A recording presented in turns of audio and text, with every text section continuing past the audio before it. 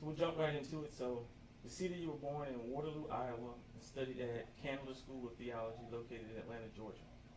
Our research has revealed that there is a strong connection between Candler School of Theology and Vicksburg, Mississippi. Asa Candler, if I'm pronouncing that wrong, please tell me. Asa's good. Founder of Coca-Cola, had a brother, Warren Candler, who was commissioner chair for the Methodist Episcopal Church South, so MECS. Asa Chandler promised $1 million for the endorsement of the Southern University. Emory College in Oxford, Georgia, agreed to become the undergraduate division of the university, and the university was given the name Emory University in recognition of the college's history. Did not know that. Till we did the research. There you go. That's pretty cool. In 1915, Emory University trustees voted to name the theology school Candler. The minutes taken during the meeting didn't indicate definitively whether the name is in honor of Warren or Asa Candler.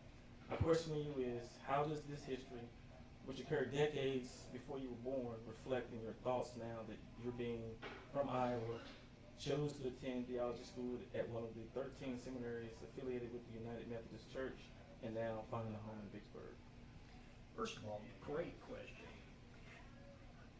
I have to marvel at how God works things out in the universe, and then how in retrospect we get to look and see kind of keys on how things happened.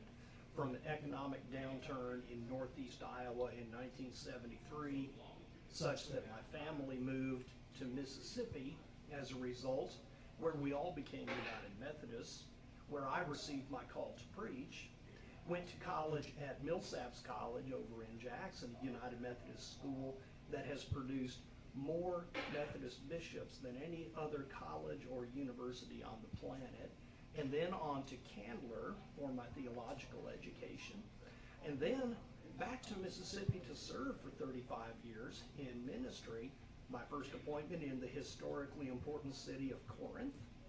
I got to spend 4 years in the free state of Tallahatchie, which never actually seceded from the Union during the Civil War or the Confederacy, and to serve all over the state, and now land in Vicksburg, which has perhaps the richest history and culture of any city in America.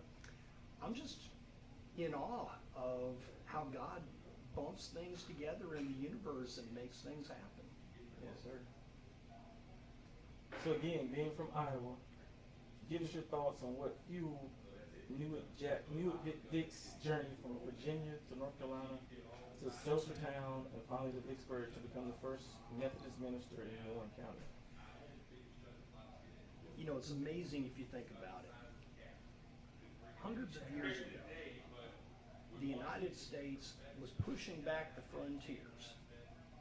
And at the same time, concurrently, these preachers, like Reverend Nick, were pushing back the frontiers of spiritual ignorance as they brought the gospel to places like Warren County. It's humbling that now I serve a church that has as a line item in their budget every year the care of the Vic's cemetery and graves a few miles from here, and has the bones of Tobias Gibson, the first Methodist preacher in all of Mississippi, virtually in the yard of the church under a monument. I get to be a part of the past of Methodism in the state, in the present, and I can't wait to see what happens in the future. Yes, sir. Yes, sir. And then finally, Battleground Tours staff spent months researching Vicksburg's founding history.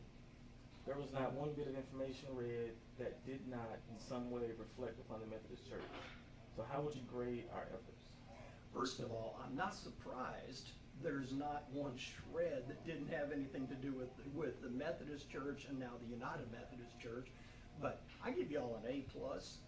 Absolutely did your homework, and I'm very impressed. Thank you, sir. Appreciate you for joining us. Thank you.